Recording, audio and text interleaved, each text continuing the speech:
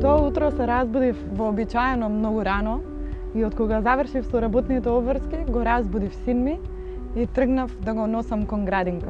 Додека се развозувавме кон дневната агенда, за прв пат ја слушнав кампањата за прееманципирани жени на некоја од радијата на кој одеше.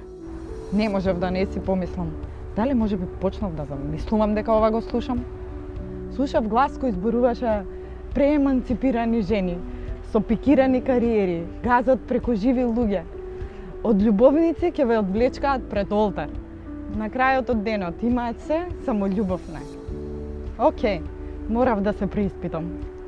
Сама гледам дете, предводам граѓанска женска организација, растам социјална компанија, сум имала тон изложби низ земјава и низ светот и секојдневно се заложувам за унапредување на човековите права, посебно правата на жените и деца од ранливи категории.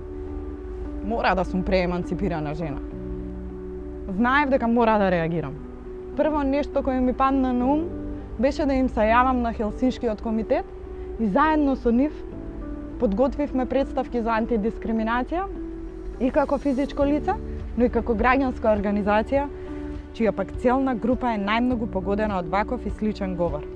Изготвени беа и барања за извинување од радијата и успеавме да ја симнеме кампањата од етер. Посебно жените кои се соочуваат со бројни предизвици се мета на повеќекратна дискриминација. И да, и те како треба да бидеме еманципирани и да рееманципираме.